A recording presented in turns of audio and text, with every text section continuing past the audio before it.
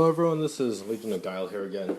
The first video in quite a few months because I had university and the second semester of the year, which was the final, the second half of the year just ended, so I finished all my assignments and everything, so I'm technically on my summer vacation right now.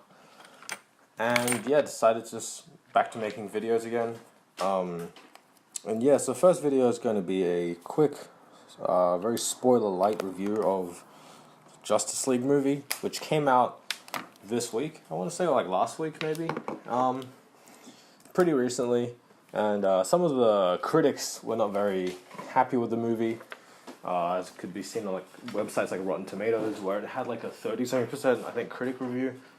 I was already pretty skeptical coming to this movie after DC's previous couple of movies, namely Batman vs. Superman and The Suicide Squad, being not the greatest, or just very polarizing among the viewer base. So Justice League, this one was the one I was most anticipated. I was anticipating the most, for better or for worse, because for frame of reference, I'm currently 19, so I was in the prime age group. I was the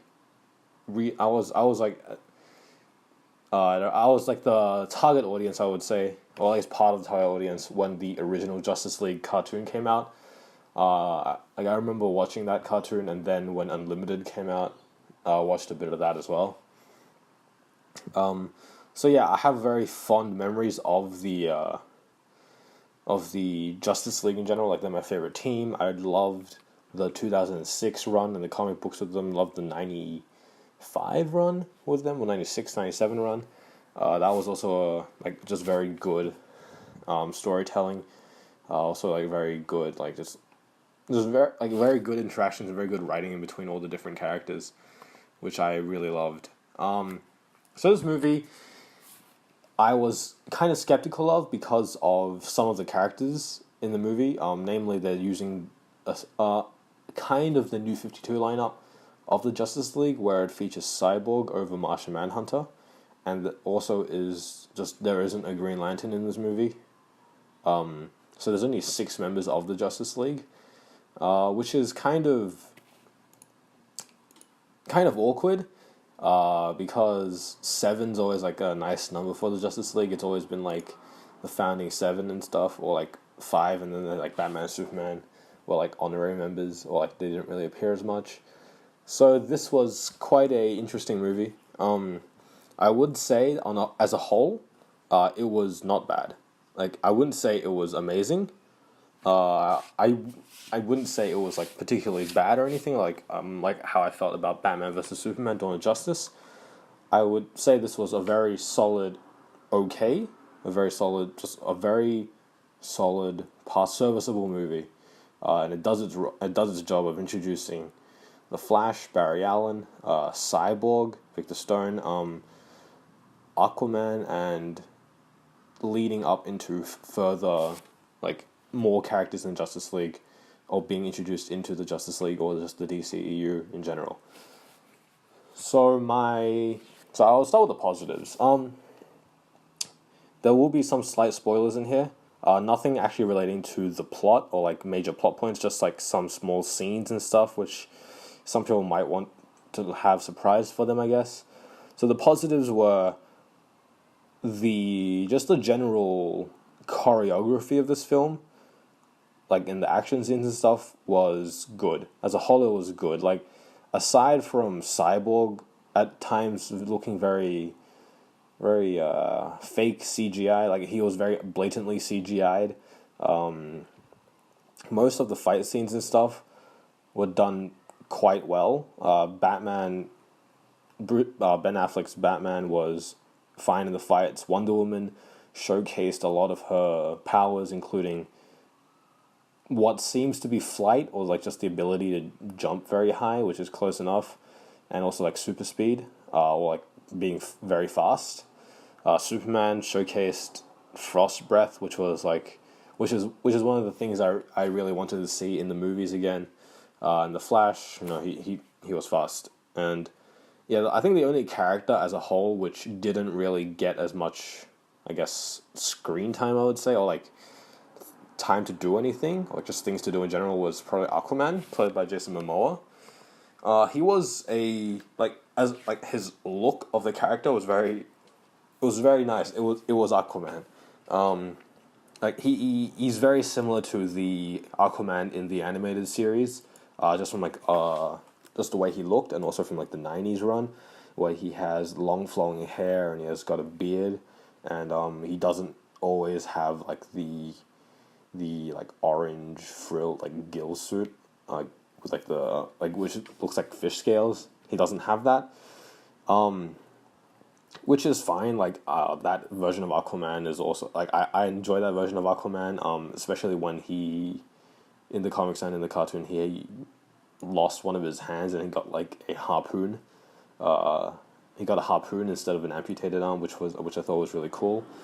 And he used that in a variety of situations as another weapon. He doesn't have that in the movie, but I could definitely see that being a direction they take the character, because it kind of fits in with this kind of like his character is very. I guess they were trying to portray him as this kind of like badass. You can tell that with a lot of the dialogue he has, but I could definitely like see them doing this to his character, like giving him the harpoon hand or something in the solo movie. Wonder Woman as a whole was very good in this movie, which is like my general feeling with Wonder Woman as a character. Like I don't really enjoy her like solo books, but I really like her in team books because she's got other personalities to bounce off, and yeah, I guess also just depends on the writer. But she was able to bounce off this sort of like stoic personality, the warrior personality, and they didn't really focus on like the ambassador of peace thing that DC likes to push nowadays, rather than like the warrior aspect of Wonder Woman, which I think was fine. It was pretty good. Cyborg surprisingly was actually like really, his character was really well done in this. I feel like one of the slight problems with his character was, if anyone's read the opening arc of the New 52 Justice League, Origin, I think it's called, or like the Origin, I think, or something like that, like the founding or something. A lot of the plot seemed to deliberately hinge. Also, the animated movie they made of it, the direct to DVD one. A lot of the plot seemed to directly hinge around Cyborg, just because he's like the new young character that like DC was pushing as a member of the Justice League, rather than like the League being a bunch of older heroes who like had like a huge disconnect to like other teams like the Titans and stuff. This movie has a little bit of that, but it's also not as ham-fisted as the other ones. They really give a lot of time for Cyborg and like his relationship with his dad following the incident. They're using like it is exactly the New 52 origin. And that's fine. Like it was good. His dad, like his relationship with his dad, was fleshed out over the movie, so there was like a nice character development there. And yeah, Superman. I think this is like the most I've enjoyed Superman, because he was very generically Superman. And that's good. Like that is a good thing to have, especially after we get like the weird, darker Superman, which I didn't really enjoy in the previous movies. He was like, at one point he actually says how much he enjoys truth, justice, and the American way, which I thought I actually really enjoyed that part. Other positives in general was, my favorite part of the movie in general was the entire scene involving Gordon and the bat signal. That was a really cool tease of what the solo Batman movie could entail. Gordon looks really, really good. Like he looks exactly like how Commissioner Gordon would be, except maybe like a little bit thinner, or like small, like not as big as how some people might picture Gordon. This is also like the gray haired Gordon, so not the sort of younger Gordon we've seen in like Earth 1 and Year 1 and the New 52 Gordon. It's more of the classic animated series, or like just the old DC Gordon. which I enjoyed. He was very well, like, for like the short amount of screen time he had.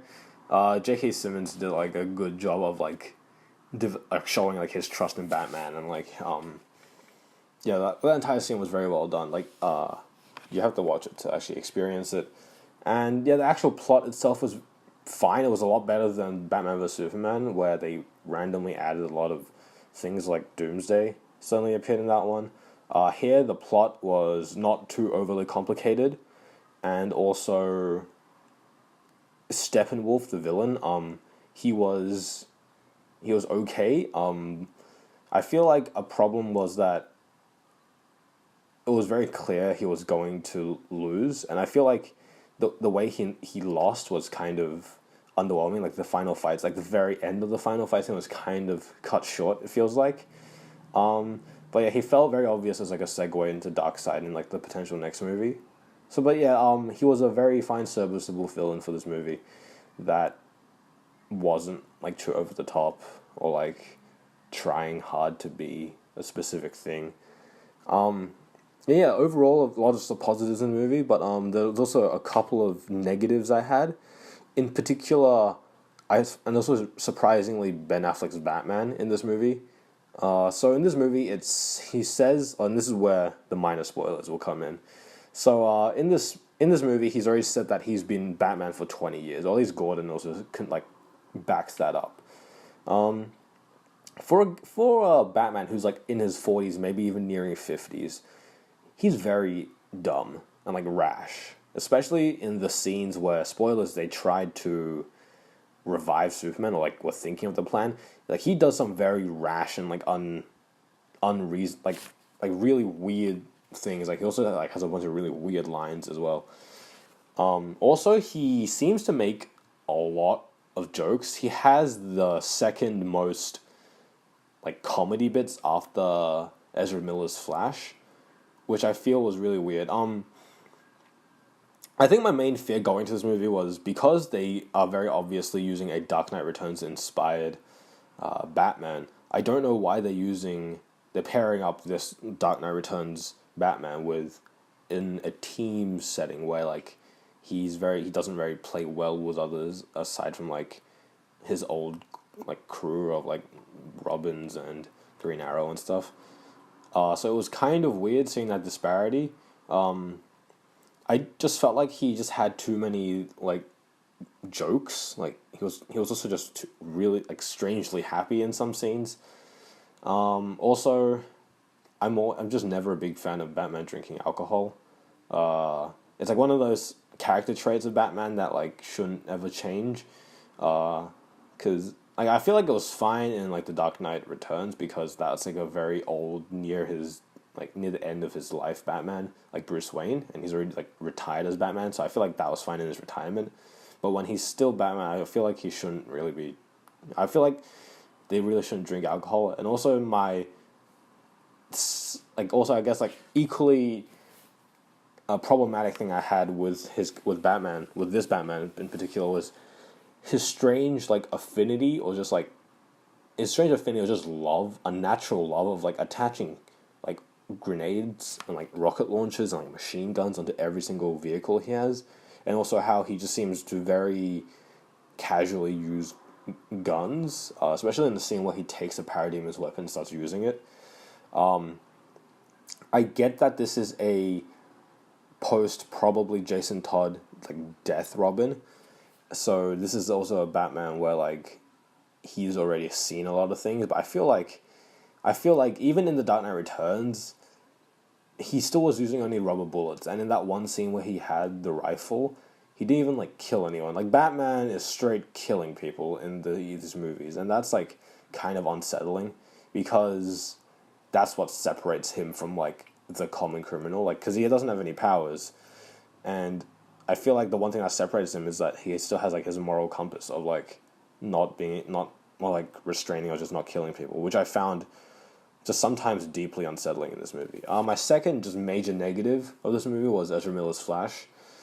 Mainly because I don't know whose decision it was to pair up really old near his like Dark Knight Returns Batman with like not even like a very very young Barry Allen. Like this Barry Allen is so young he doesn't even work with Central City Police. He's not even in forensics yet. That's how young he is. Also, I'm not sure if this was intentional or this is just Ezra Miller's like method acting or whatever. But he made Barry Allen, or at least this version of Barry Allen, aside from like making him seem like Wally West with like all the jokes he cracks, he made him seem really autistic. He keeps stuttering and like speaking really quickly. He does say in the beginning that this is because he feels everyone else around him is really slow, so that could kind of make sense. But sometimes he just feels really weird, especially when he says that he doesn't like scary people, like guns and stuff, but he's trying to work as a police officer or like as a forensics person to clear his dad. That kind of didn't really make sense. Also, his suit was really ugly. I think out of all the costumes, all of them looked really nice except Flash's costume. That looked really, really ugly. But yeah, overall, it was a fine movie. There was also like some like just weird things I had like in the beginning with the DCEU like intro, which was a very clear homage to like the original Justice League animated series intro. They show Aquaman with like the orange suit, and they also show a lot of characters in like their classic form. In particular, Harley Quinn and Joker are like their. Harley Quinn has her old costume where it's actual makeup and like the red and black rather than the current red and blue, and like she was also thrown into the vat by Joker. Also, Joker's very like normal Joker with like a black suit, a purple suit, and very clearly not Jared Leto's Joker. And they also showed a lot of other characters in that intro, which I'm quite excited for, namely 3 different Green Lanterns, Jessica Cruz, Hal Jordan, and probably Jon Stewart, and a bunch of other Green Lantern characters, which makes me excited for future installments of the DC cinematic universe. But overall, this movie is like around a 5 or a 6 out of 10 if I had to rate it. It was definitely a huge step up over Batman vs Superman: Dawn of Justice, but there was still some clear flaws in the characters. I'm still very excited for the solo Batman movie because it seems like one of those things where it's going to be very hard to mess up. You got Ben Affleck, I think, co-writing it or just like being part of the creative process with it, and also there's like it just seems like such a hard thing to get wrong. Like to get a Batman movie really bad, you've got to be like actively trying to make it bad. I'm also excited for Aquaman, I guess. I don't know. The main takeaway I had with Aquaman in this one was he reminds me a lot of the 90s Aquaman, where his entire reason for joining Justice League was because he wants to have sex with Wonder Woman, for lack of a better word. He never fails to make a point of how beautiful he finds Wonder Woman, which is kind of weird. I guess it's also like because he's not married to Mira yet, as you can tell by the dialogue in the movie. But yeah, aside from that, as a whole, the movie was fine. It is a pretty good like kind of reset for some of the characters, in particular, like Superman. He's a lot happier in this movie compared to previously. He's a lot less brooding. Batman is also a lot happier for some reason. But yeah, I hope that they can use DC, or like at least Warner Brothers can use this as like a springboard for other movies and other characters. Just don't make the movie filled with jokes. And that's about it. Yeah, thank you for listening, I guess, because there's no video element to this. I got a lot of books backlogged. I can do a huge haul. Mainly just a lot of the metal stuff, a lot of the Batman one-shots. Also have some new 52 variant covers coming in the mail because it's about high time I decided to finish my run. But yeah, thanks for listening. Until next time, this has been Legion of Guile.